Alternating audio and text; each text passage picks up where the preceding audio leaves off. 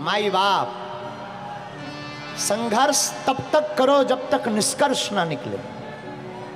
धन्य है माता सबरी, संघर्ष किया, निष्कर्ष निकला क्या? अरे आज के दिवस की मैं जाऊं बलिहारा, मेरे घर आयो मेरो राघव जी ये प्यारा, मेरे घर आयो मेरो राघव जी। राम जी माता सबरी के घर गए, ये संघर्ष की कहानी है। और संघर्ष की कहानी में माता सबरी तो ठीक है, माता सीता को भी कहां छोड़ा जाएगा। और हमने 3 दिन की कथा एक चौपाई पर कहने का विचार किया, और चौपाई बड़ी अद्भुत। आचार्य जी, जनक सुता जग जननी जानकी, जनक सुता जग जननी जानकी। जनक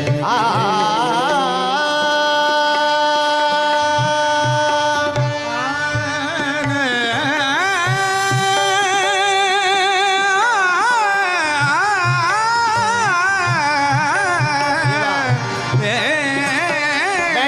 जननी जानकी,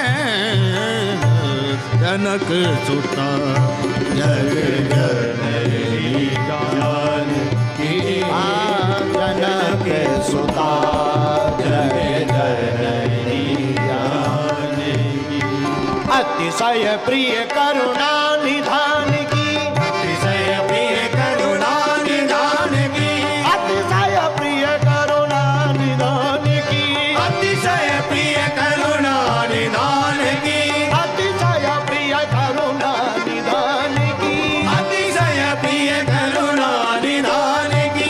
जनक सुता जग जननी जानकी, जनक सुता जग जननी जानकी, जनक सुता जग जननी जानकी, जनक सुता जग जननी जानकी, जनक सुता जग जननी जानकी, जनक सुता जग जननी जानकी। अतिशय प्रिय करुणा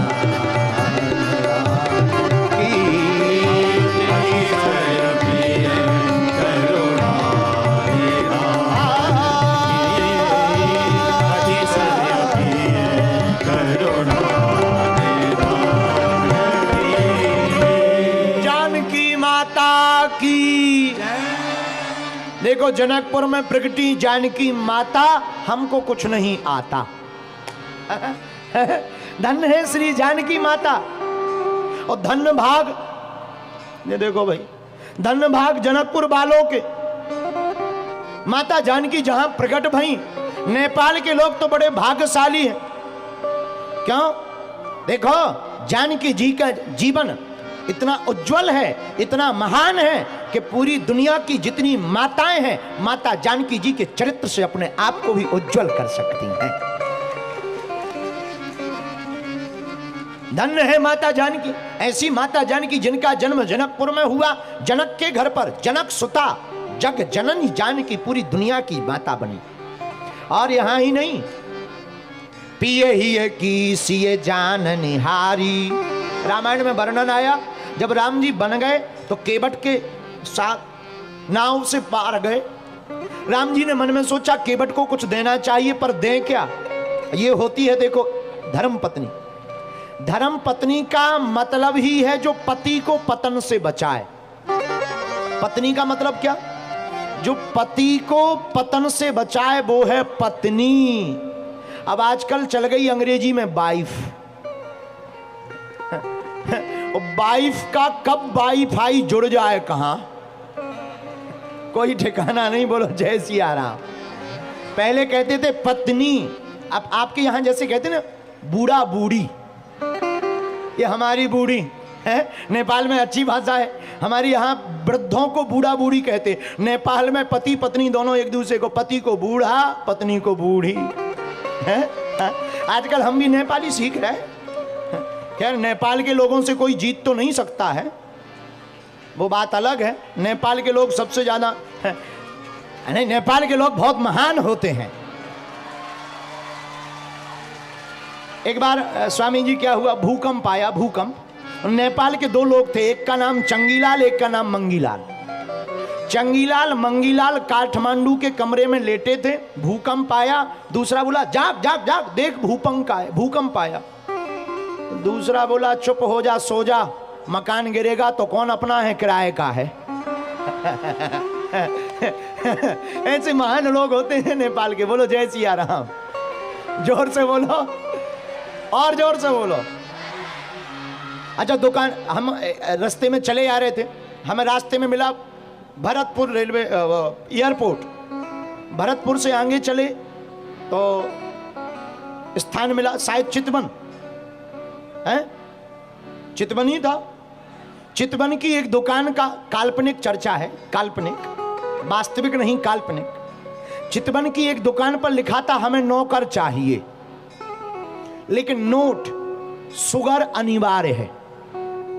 नौकर चाहिए पर उसे डायबिटीज की बीमारी होनी चाहिए।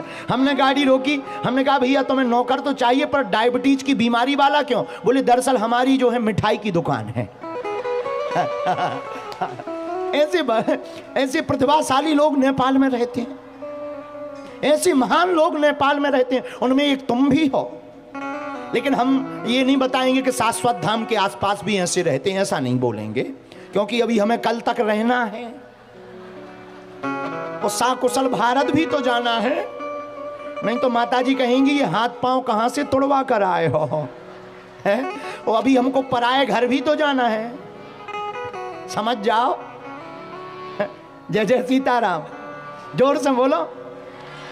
तो जनक सुता जग जननी जानकी, धन्य है माता जानकी, इनका चरित्र कितना उज्जवल। केवट के पास राम जी गए, नाव पर बैठे, पार भय। राम जी केवट को कुछ देना चाहते हैं पर हाथ में कुछ है नहीं। जानकी जी की तरफ देखा, ये होती है देखो पत्नी। पियहि की सिय जानन हारी, मन मुदिरी मन मुदित उतारी। अपने हाथ की मुद्री ली, उतार। राम जी प्रभु प्राणनाथ, आपके उस हाथ में नहीं है कुछ तो क्या हुआ? इस हाथ में तो है। जब हमारे पिता ने कन्यादान दिया तो हमारा हाथ तुम्हारे हाथ पर रख दिया, तो इस हाथ में तो है कुछ। अच्छा देखो, ये जानकी जी है। और कोई बूढ़ी होती तो पता है पति अगर मांगता कि कुछ दो, ये अंगूठी दे दो, है सब तो बर्बाद कर दिया, अब अंगूठी बची वो और खा लो। जिंदगी भर केवल लेना ही लेना सीखा, आज तक लिबवाया तो कुछ है नहीं।